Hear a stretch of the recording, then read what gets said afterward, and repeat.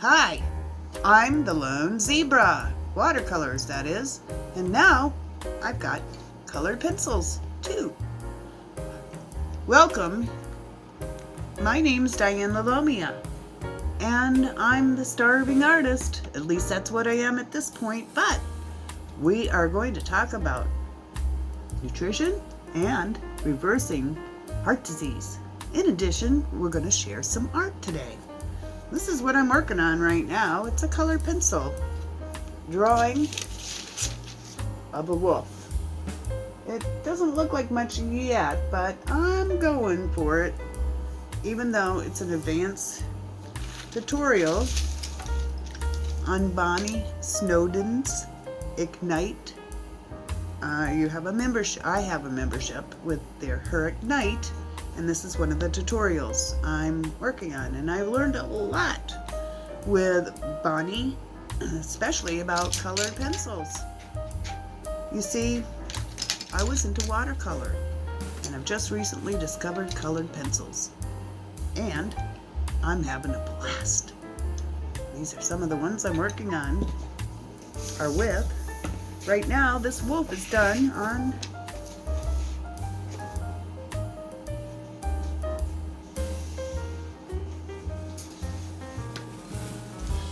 pastel mat. Comes from France, made in France, Clairefontaine, and it is a different surface than I've ever worked on before, but I'm really liking it. It takes a while to kind of get adjusted, but it's been fun. And Faber-Castell Polychromos, anyone? I splurged and went for 120 set. 36 wasn't enough. I really wanted to make a go of this colored pencil. So, that's what I'm working on right now, but I've got some projects that are on cue, because guess what?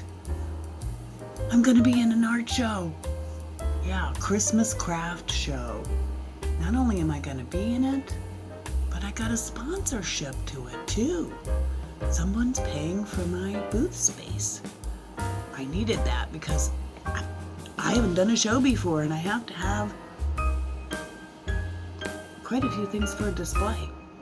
I'm going to be covering that in future videos, working on my display, how I'm setting it up, and getting feedback, hopefully, on what I can do to make it better. So, stay tuned. We'll be talking about that in this video, perhaps, or the next one, about what I'm going to be including and how I'm going to figure this whole thing out. What to show, what not to show. Originals, prints, how to display them, how to do it without breaking the bank. Stay tuned. Hi, it's me again. Yeah, I'm back. But it's been a long time and a long road. It's been almost a year since I've had issues with eating. Since I did the freshly milled flour and sourdough videos in last fall, check it out if you're interested in it. I did a lot of info in those videos. What I didn't anticipate was how it affected me. And I suspected it had to be the freshly milled flour, because that was the new thing in the diet. Turns out several different things that I thought it was. Turns out none of them were really getting to the bottom, the root cause. I did a lot of research. I've been to my primary doctor, which is new to me. I've been to the cardiologist, who is also new to me.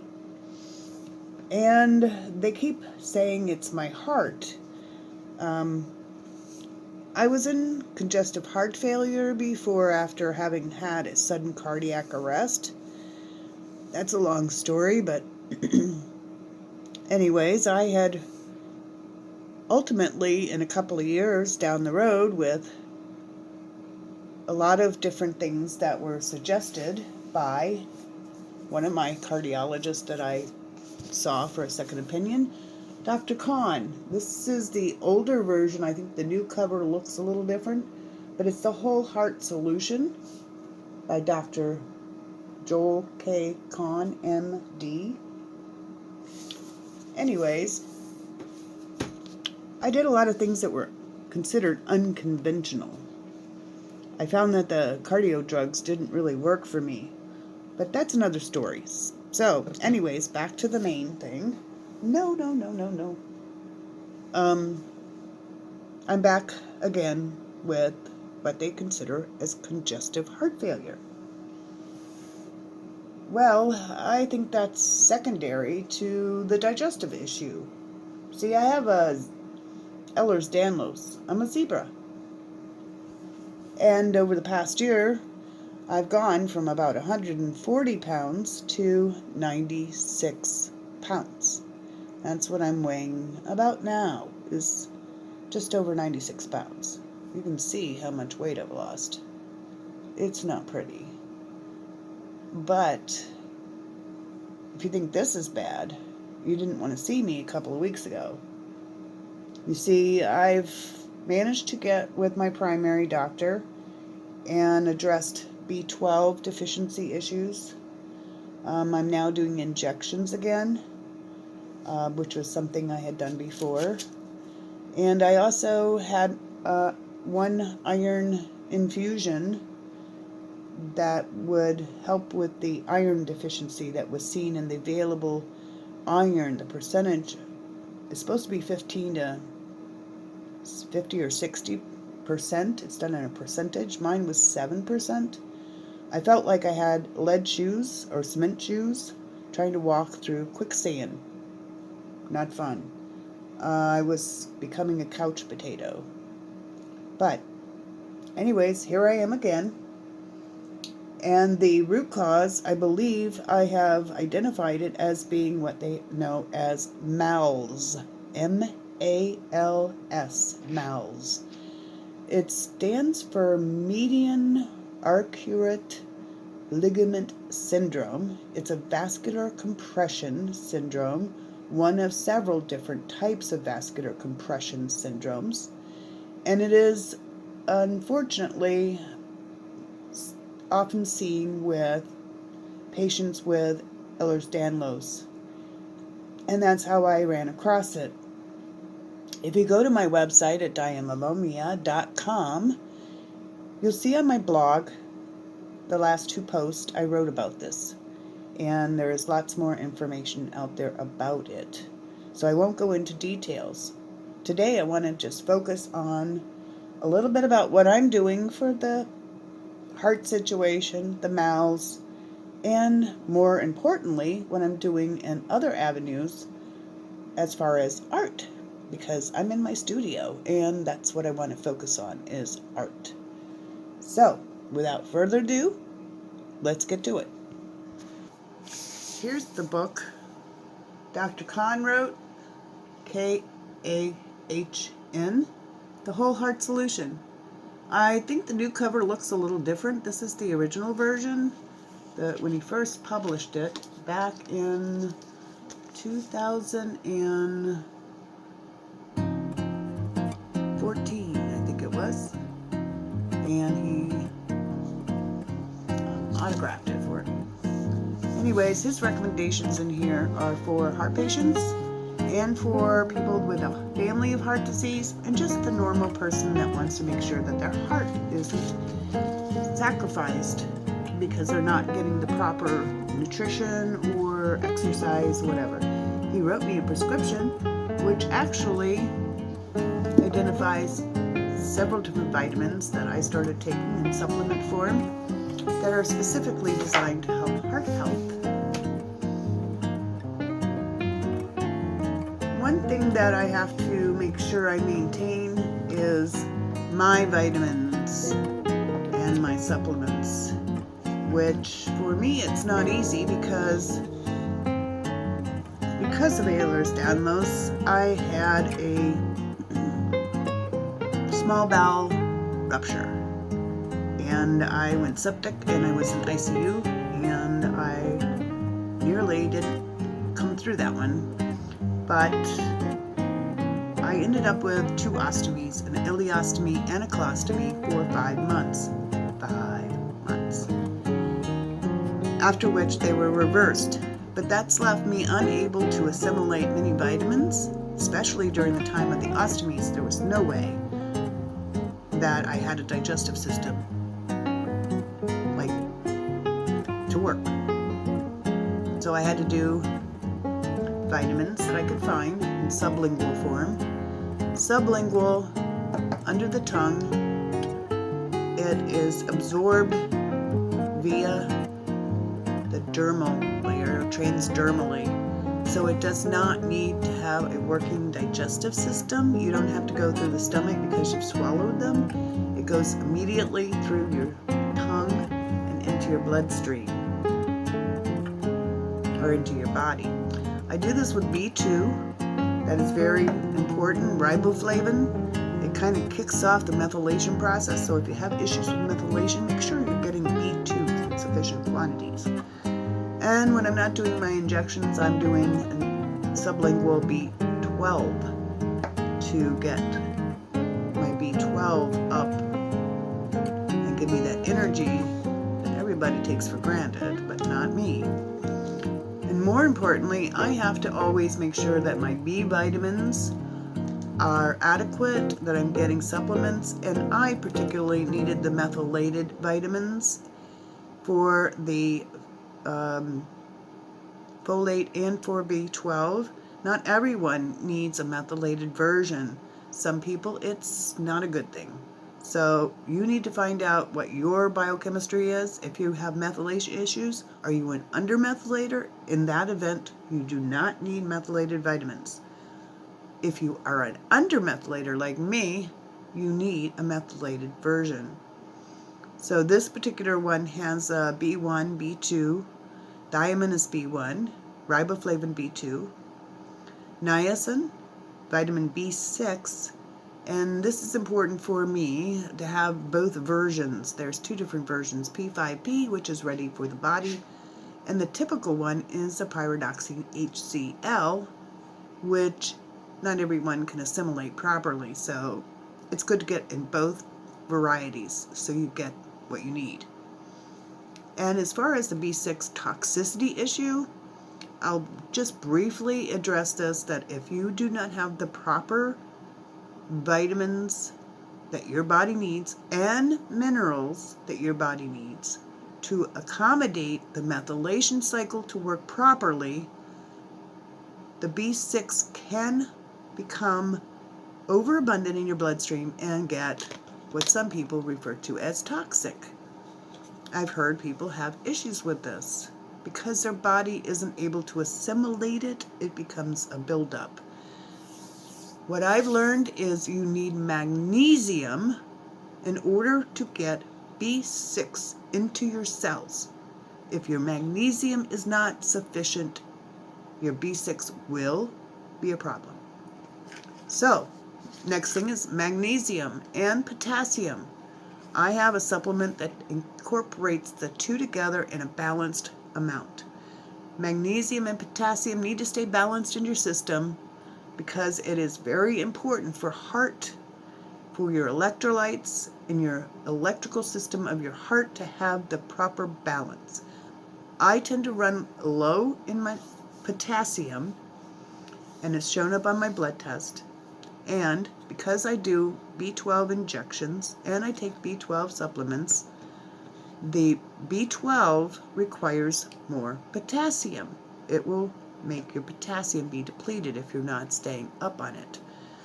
In the B12 groups, they educate the patients about this. If you're doing B12 injections of any type of B12, you need to keep your potassium levels up.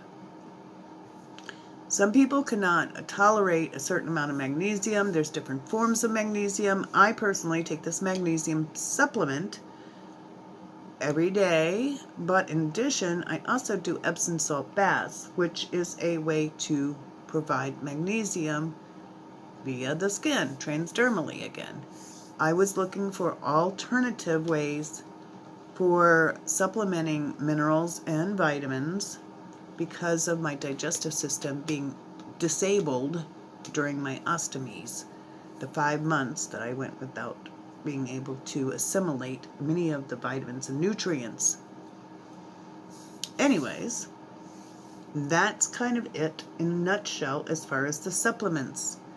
I do have a supplement that has a balance of all the minerals and the different vitamins I need, and typically I was taking it before, but since I've had the swallowing issue, that's another factor, is having something that is easier to swallow. For instance, taking lots of pills, especially the big pills, becomes very difficult. And this was just formulated. It was 3 different pills that you had to take, capsules. And it's now just 1 capsule, which made it so much easier for me to be able to swallow it with the swallowing issues. So, it's always nice to think about those kind of things when you have issues. And find out what your body needs. You may have to be tested, you may already know, but everybody's different. So what I do may or may not work for you. So, what can I say? Okay. This is another one of my alternative healing methods, a back brace. See, with mouths, it's like right here at the bottom of your sternum, the pain is really bad. Some people on the left side, under their left rib. Me, it's on my right rib. I have the pain. And no wonder. I had surgery. Like I said, my small intestine's ruptured, and my incision starts right about there and goes all the way down my abdomen. And they did an ileostomy on one side and a colostomy on the other side. So I'm thinking, it could have been from birth, because I was sick at 2 weeks old with pyloric stenosis. It could be that it wasn't a real problem per se, but caused me to be diagnosed with IBS all my life, which I don't think was that. I think it was that. But after a prolapsed uterus and a full, complete hysterectomy, there's a lot of things missing. I don't have a gallbladder either. So all that extra space, things, unfortunately, with the zebra, with Ehlers-Danlos, your stomach can distend and be lower than the normal. They've seen that on some of the x-rays with barium contrast medium. When they get diagnosed for mouths, they find out that their stomach is a lot lower than most. So it can pull on the ligament. See that ligament we're talking about? It attaches the right and the left diaphragm. And so it also affects you when you're breathing. There's pain involved. When you're having a bad day, exercise is not on the agenda. Even anything, breathing can be problematic. I've got a few videos and different links in my blog on my website, dianelalomia.com, or you can also go to the lonezebra.com. Both go to the same place. So, anyways, because I had that surgery, and because I have scar tissue, it could be the reason why it's gotten so much worse. But I have noticed that since I've had the surgery for my small bowel rupture, that the healing process has made me tend to hunch over and not stand up straight. My posture has really suffered. And I'm getting that I don't know, they call it the dowager hump. You know, the old lady bent over hump. Hunchback of Notre Dame. Any of that ring a bell? Well, it was starting to be evident that's the route I was going. So I got that back brace. Just got it yesterday. And it's supposed to help you improve your posture if you wear it 1 to 2 hours a day for 21 days. So we're giving it a shot. And I have to admit, it really gave me support yesterday when I wore it for the first time. But after a couple of hours, it did get uncomfortable and I took it off. And we'll see how it goes today. But I would recommend wearing it over a t-shirt or something, and then maybe a jacket or a loose shirt over that to kind of where you don't see it if you're going to go out in public with it. I was just wearing mine at home. So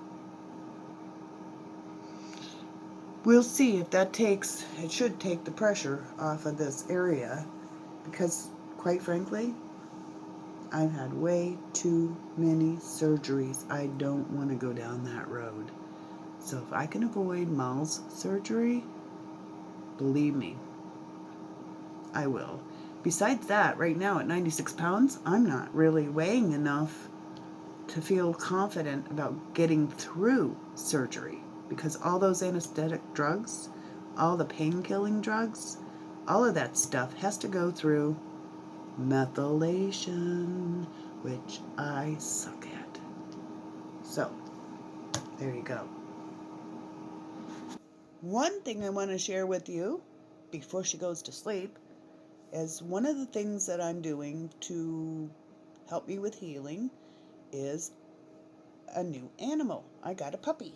Want to see? Come here. Come here, Jill.